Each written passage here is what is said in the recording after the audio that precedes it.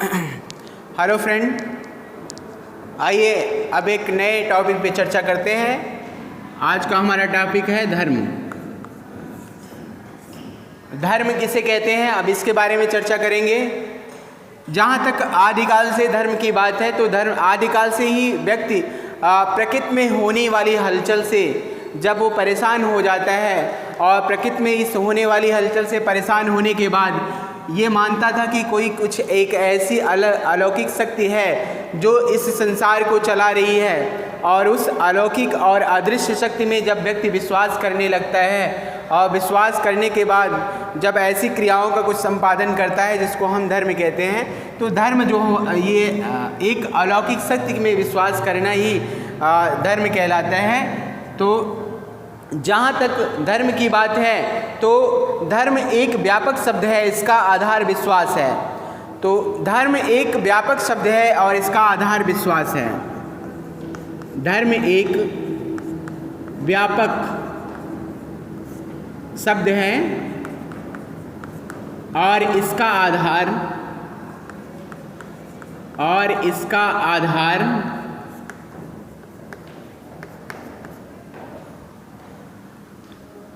आधार धर्म है, ठीक है। और इसमें तर्क का कोई स्थान नहीं होता, तर्क का कोई स्थान नहीं होता।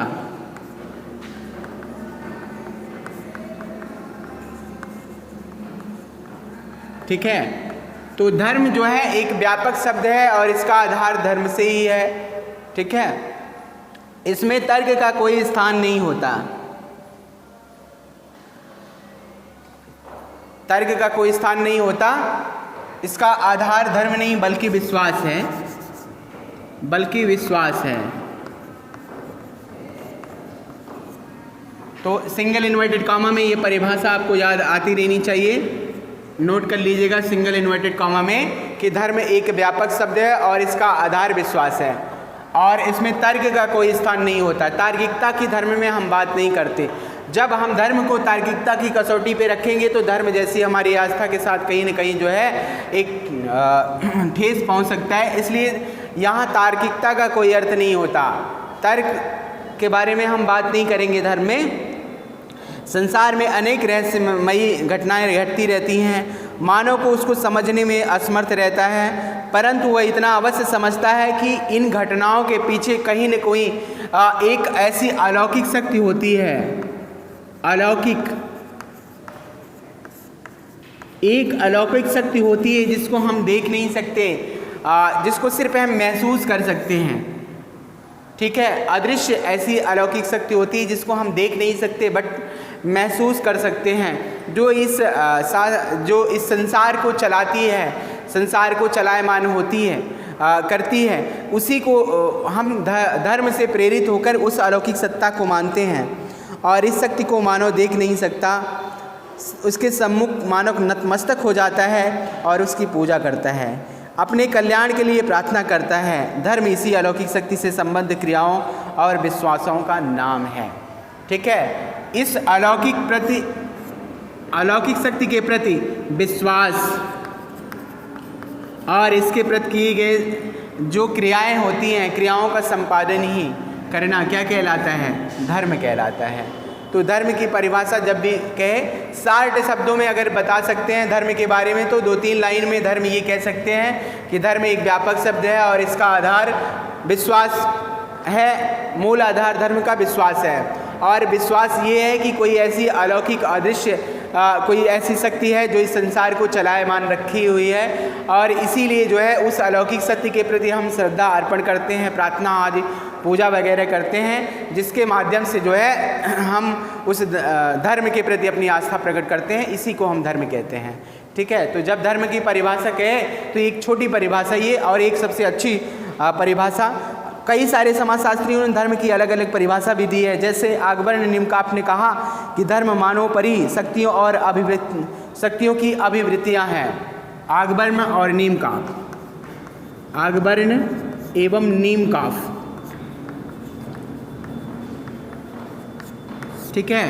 तो आगबर्न और नीम का आपने कहा धर्म क्या है? एक ऐसी शक्ति के प्रति विश्वास करना, अभिव्यक्ति करना ही धर्म कहलाता है, जिस शक्ति को हम अदृश्य मानते हैं, जिसको देख नहीं पाते। ठीक है। और जबकि एडवर्ड टायलर के अनुसार आध्यात्मिक सत्ताओं में विश्वास करना ही धर्म है। एडवर्ड टायलर के अनुसार, एडवर्ड टायलर के अनुसार आध्यात्मिक शक्ति में विश्वास करना ही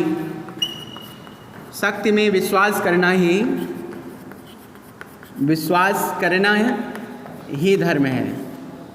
ठीक है। तो इन्होंने बताया, एडवर्ड टायलर महोदय ने कहा कि आध्यात्मिक सत्ता में, आध्यात्मिक शक्ति में जो हम विश्वास करते हैं, यही क्या है? यही धर्म है। तो भिन्न भिन्न समाजशास्त्रियों ने अपनी अलग अलग धर्म के बारे में संबंधित अपनी परिभाषा दी है। जबकि मेलिनोवस्की के अनुसार धर्म क्रिया की एक विधि है और साथ ही विश्वासों की एक व्यवस्था भी है। ठीक है। मेलिनोवस्की, ठीक, इन्होंने धर्म के बारे में कहा कि धर्म एक सामाजिक क्रिया है जिसमें विश्वास पर किया गया जो भी विश्वास की एक व्यवस्था, इसको मानते हैं। और धर्म एक समाजशास्त्री घटना के साथ साथ एक व्यक्तिक अनुभव भी है।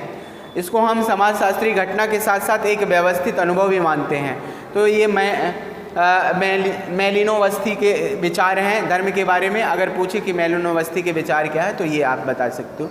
तो ये सारे कुछ ऐसे भिन्न भिन्न समाजशास्त्री रहे हैं जिन्होंने धर्म से संबंधित ये अपनी परिभाषा दी है। तो जब कभी धर्म की परिभाषा पूछे तो परिभाषा के बारे में ये सारी बातें आप बता सकते हो। धर्म की कुछ मुख्य विशेषताएं हैं, आइए उन विशेषताओं को देखते हैं। धर्म की जो मुख्य कुछ ऐसी विशेषताएं हैं जिनको हम कहते हैं कि ये निम्नलिखित विशेषता है। जिसमें पहली विशेषता जो है, धर्म की जो पहली मुख्य विशेषता है वो है अलौकिक शक्ति में विश्वास करना। अलौकिक शक्ति में विश्वास करना। अलौकिक शक्ति में विश्वास करना। अलौकिक शक्ति में विश्वास करना।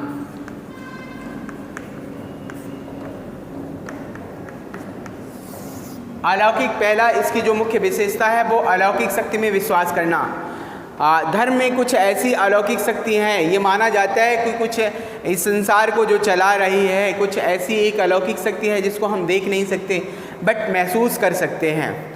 तो उस अलौकिक शक्ति के द्वारा ही इस संसार का सृजन हो रहा है। संसार की जितनी भी समस्त क्रियाएं हो रही हैं उस अलौकिक शक्ति से प्रेरित होकर ही हो रही हैं। मनुष्य जो भी कार्य कर रहा है कहीं न कहीं इस अलौकिक शक्ति से प्रेरित होकर ही कार्य कर रहा है। तो उस अलौकिक शक्ति में विश्वास करना ही ये कहा जाता है कि धर्म की मुख्य विशेषता है। तो ऐसी अलौकिक शक्ति जिसकी हम बात कर रहे हैं, जैसे मानव की शक्ति में विश्वास, प्रकृति एवं समस्त विश्व का संचालन कौन करता है, इन सभी में विश्वास करना ही उस अलौकिक शक्ति में विश्वास करना माना जाता है।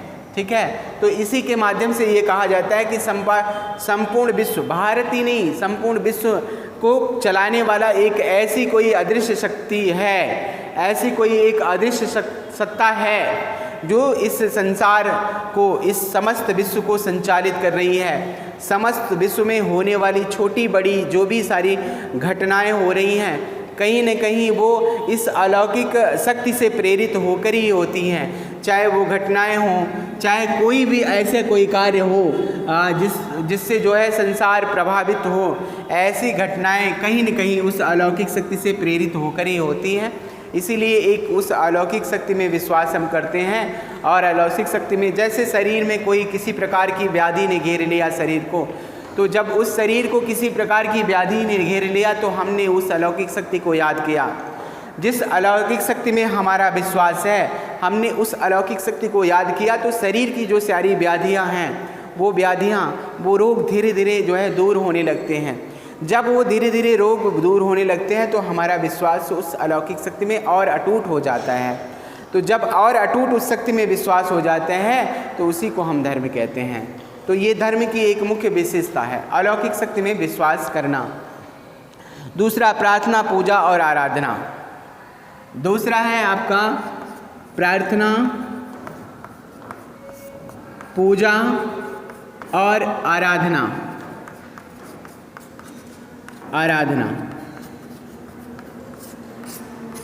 कहीं न कहीं जब हमें किसी प्रकार का कोई ऐसा लगता है, कष्ट है, तो हम उस कष्ट के निवारण के लिए तो प्रार्थना, पूजा और आराधना करते हैं। उस अलौकिक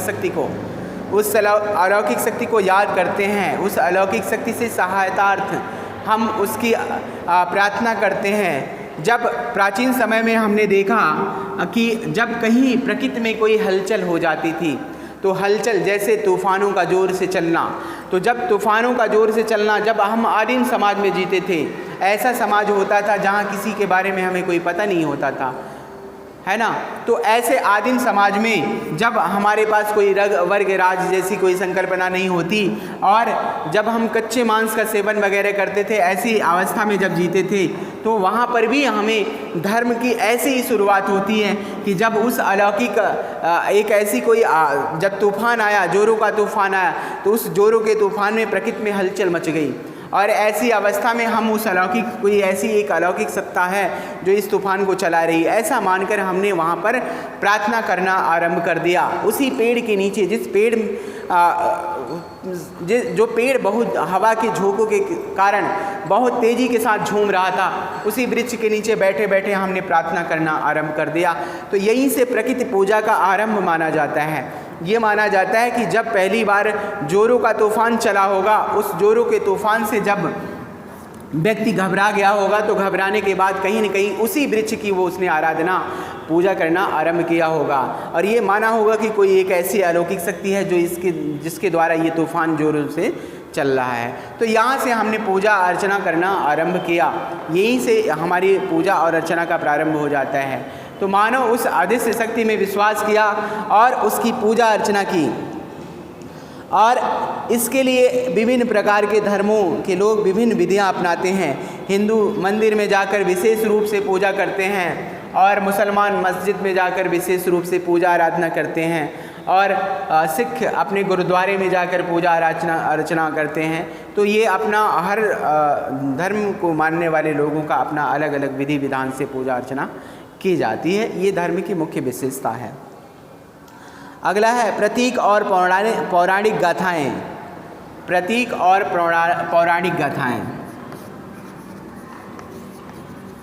प्रतीक और पौराणिक गाथाएँ।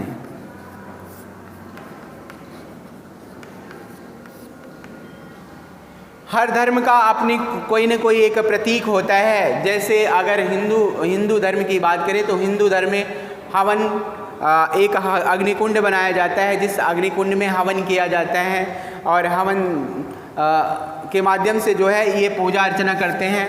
मुस्लिमों का पूजा करने की विधि विधान कुछ अलग होती है और उनके प्रतीक भी अलग होते हैं। कुछ ऐसी पौराणिक मान्यताएं भी हैं। उदाहरण के लिए मंदिर मस्जिद के झंडे, कुछ अलग पोशाक, ये सब एज ए धार्मिक प्रतीक उनके अलग हैं। और हिंदू धर्म में तो जहाँ हवन, पूजा, आरती ये सब किया जाता है, जबकि इस्लाम में ऐसा कुछ नहीं होता। और प्रत्येक धर्म में कुछ गाथाएँ, कहानियाँ हैं, ईश्वरीय चमत्कार हैं, महान पुरुषों की कुछ ऐसी पौराणिक कथाएं हैं। जैसे हिंदू धर्म की बात करें तो हिंदू धर्म में हमने देखा रामायण और महाभारत। रामायण में हमने भगवान श्री राम को पौराणिक कथाओं से लेते हुए उनकी आराधना की, हमने उनकी पूजा अर्चना की। भगवान कृष्ण को महाभारत में हमने देखा। तो ये कहीं न कहीं कुछ ऐसी पौराणिक गाथाएं हैं जिनको हम सुनाकर आने वाली पीढ़ियों को जो है इसके धर्म के प्रति जो है उसका झुकाव बढ़ाने के लिए, उसका लगाव धर्म की तरफ करने के लिए हम ऐसी पौराणिक गाथाओं के बारे में उसको बताते हैं। और ऐसा ही जब मुस्लिम धर्म में भी होता है, जिसको मरसिया कहते हैं।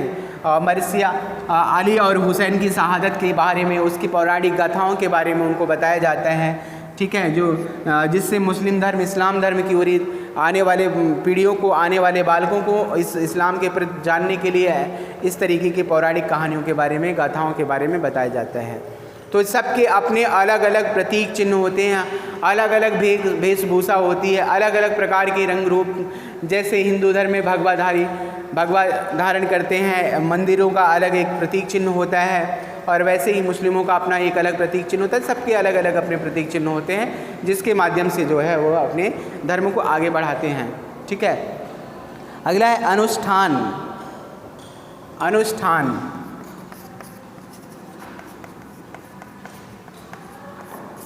अनुष्ठान जब व्यक्ति पूजा पाठ करता है तो पूजा पाठ में अनुष्ठान करता है।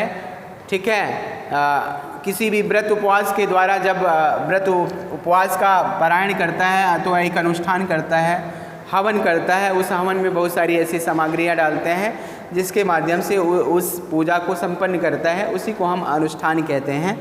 ठीक है, सभी धर्मों में एक अलौकिक शक्ति से संबंधित विश्वासों को प्रकट करने के लिए इस प्रकार का अनुष्ठान कर्मकांड किया जाता है। धार्मिक अनुष्ठानों का तात्पर्य ऐसी क्रियाओं से है जो स्वयं पवित्र होती है तथा किसी अन्य वस्तु को प्रतीकात्मक रूप से मानकर उसकी पवित्रता के लिए ऐसा कार्य किया जाता है, उसी को हम अनुष्ठान कहते हैं। ठीक है, तो जब भी अनुष्ठान के बारे में पूछे तो ये आप बता सकते हो, तो इसे हम अनुष्ठान कहते हैं। ये धर्म की एक अन्य मुख्य विशेषता है अनुष्ठान। उसके बाद तर्क से परे, अगली इसकी विशेषता होती है तर्क से परे। तर्क से परे धर्म में हमने पहले ही आपको बताया कि तर्क का कोई महत्व नहीं होता।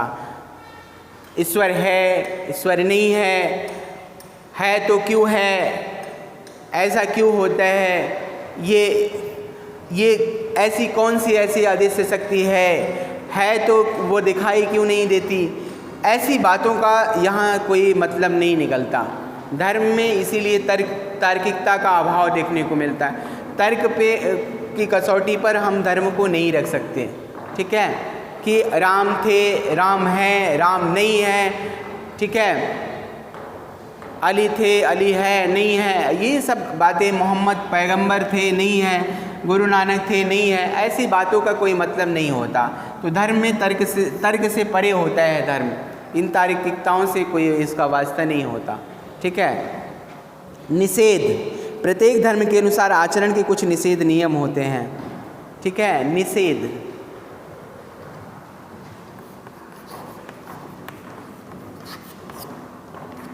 हर धर्म का अपना कुछ ऐसे निषेध नियम होते हैं, जैसे झूठ नहीं बोलना, ठीक है, सदा सत्य बोलना, ठीक है, और किसी के साथ कुछ बुरा बर्ताव नहीं करना, गरीबों की, दुखियारों की, दीन दुखियों की सभी की सेवा करना, बूढ़ों का आदर करना, बुजुर्गों का सम्मान करना, ठीक है, मंदिर के प्रति आदर भाव रखना, स्त्रियों के प्रति आदर भाव रखना, समाज के बड़े बुजुर्गों के प्रति सम्मान करना। तो ये सारी ऐसी कुछ बातें हैं जो निषेधात्मक क्रिया लागू होती, किसके साथ हमको कैसा ये करना चाहिए, किसके साथ कैसा व्यवहार रखना चाहिए। तो सारी चीज़ें ये जो है ये निषेधात्मक क्रिया से संबंधित हैं। तो निषेध ये धर्म में है, ये इसकी एक मुख्य विशेषता है। ठीक है, धार्मिक क्रियाएं, धार्मिक क्रियाएं अगला है धार्मिक क्रियाएं।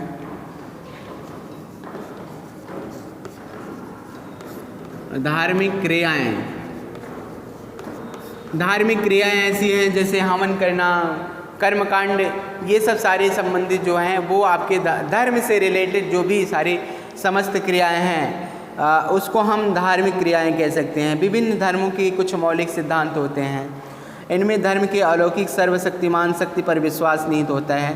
साथ ही शक्ति को प्रसन्न करने के लिए, इनके क्रोध से बचने के लिए कुछ ऐसे विधि विधान क्रियाओं का संपादन किया जाता है, जैसे प्रार्थना, समाधि, कर्मकांड, हवन, यज्ञ, बलि, तांत्रिक विधि। ये सब सारी चीज़ें कुछ ऐसी हैं जिनको हम धार्मिक क्रियाकलाप कहते हैं। ठीक है, तो ये कुछ ऐसी धार्मिक क्रियाएं हैं जिनका संपादन व्यक्ति को करना पड़ता है। तो ये धर्म की कुछ मुख्य विषय। आइए आगे देखते हैं धर्म का सामाजिक महत्व। धर्म का सामाजिक महत्व।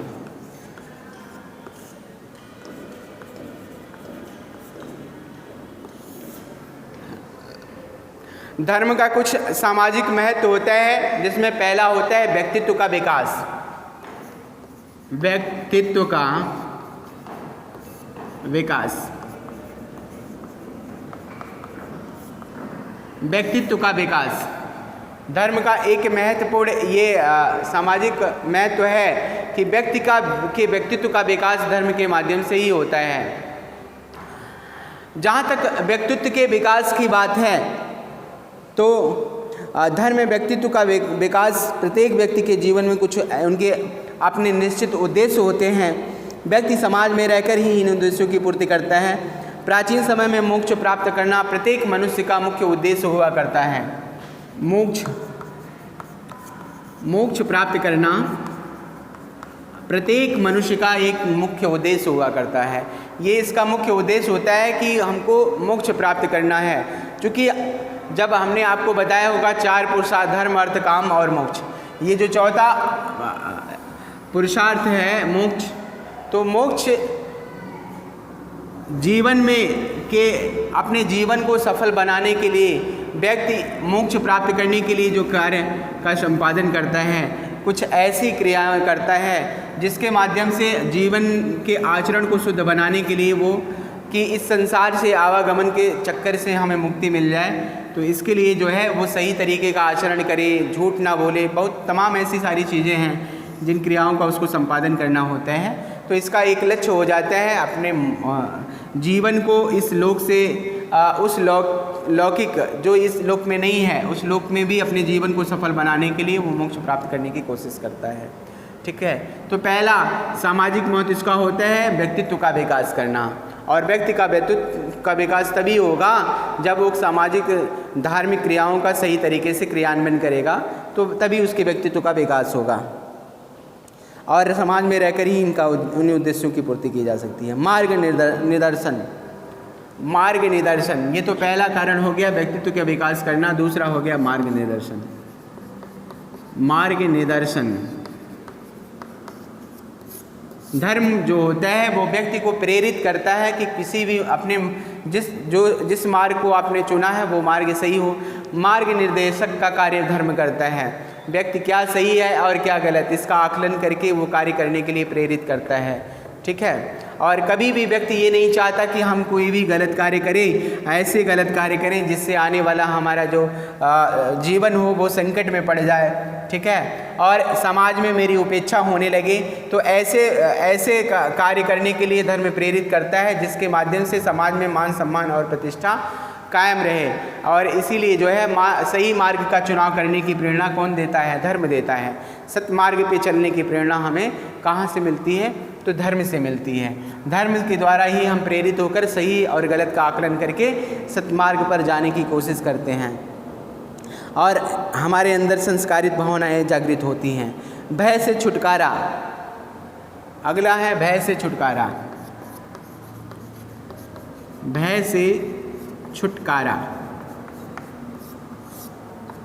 अगर हम धार्मिक जब क्रियाओं का संपादन करते हैं तो धर्म हमें भय से छुटकारा दिलाता है। जब भी हमारे मन में किसी प्रकार की कोई शंका होती है, डर होता है, तो कहीं न कहीं हम धर्म की शरण में चले जाते हैं।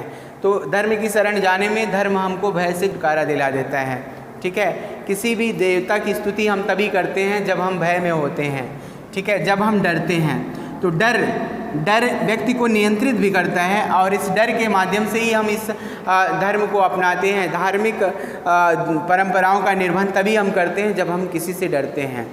अगर व्यक्ति प्रकृति से डरा नहीं होता तो वो इन धार्मिक क्रियाओं का संपादन कभी नहीं करता। ठीक है, और धर्म को तभी व्यक्ति मानता है जब भय से परेशान होता है। ठीक है, जब दुखों से दुखी होता है। ठीक है, डर, जब किसी प्रकार का डर उसके मन में जब विद्यमान होता है तभी वो धर्म को मानता है, तभी देवी देवताओं की आराधना करता है, प्रार्थना करता है। अदरवाइज जब वो डर उसके अंदर इस प्रकार का कोई डर नहीं होता तो वो किसी भी धार्मिक क्रिया का संपादन नहीं करता। तो धर्म अंदर से जो डर होता है वो झूठ, किसी भी प्रकार का झूठ बोलना, अपराध करना, इन सभी से ये रोकता है। जबकि व्यक्ति गंगा स्नान करता है तो ये समझता है कि उसको पापों से छुटकारा मिल गया।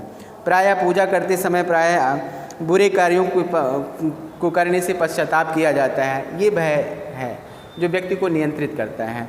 तो इस तरीके से ये जानते रहिएगा कि भय से छुटकारा ये धर्म का सामाजिक महत्व है। ठीक है, आपको भय से छुटकारा मिलता है बुरे कर्मों से। ठीक है, बुरे कर्म आप नहीं करोगे। भय जब आपके अंदर आएगा तो किसी प्रकार का कोई ऐसा पाप कर्म आप नहीं करोगे जिसके द्वारा जो समाज में आपको हे दृष्टि से देखा जाए। ठीक है, तो ये भय से छुटकारा दिलाता है धर्म। अगला, समाज का आधार। अगला है समाज का आधार।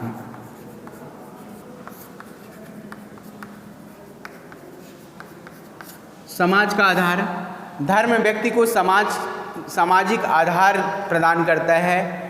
आपको समाज में कैसा रहना है, किस तरीके से समाज के साथ बर्ताव करना है, इसीलिए मनुष्य को सामाजिक प्राणी बनाने में कहीं न कहीं विशेष रूप से धर्म का एक महत्वपूर्ण रोल होता है। धर्म व्यक्ति को समाज में रहने के लिए प्रेरित करता है, उच्च आचरण, उच्च आदर्शों के बारे में बताता है, मानव अलौकिक शक्ति से के भय से समाज के आदर्शों का पालन करता है, मनुष्य धर्म के भय से ही अच्छे कार्य करता है और अच्छे गुणों का उसके अंदर विकास होता है। शिक्षा का आधार भी धर्म रहा है। आजकल भी मस्जिदों और मकतबों में शिक्षा दी जाती है, प्रारंभिक शिक्षा मस्जिदों और मकबरों में ही दी जाती है। तो कहीं न कहीं समाज का एक आधार जो है धर्म प्रदान करता है और इस धर्म के द्वारा ही व्यक्ति जो है समाज में अपने को रहने के योग्य बनाता है। ठीक है, तो ये भी एक इसका एक धर्म का सामाजिक महत्व है, समाज का आधार तैयार करना, समाज के योग्य बनाना ही जो है वो धर्म के माध्यम से ही होता है। दृष्टिकोण में परिवर्तन। दृष्टिकोण में परिवर्तन, अगला है दृष्टिकोण में परिवर्तन। दृष्टिकोण में परिवर्तन,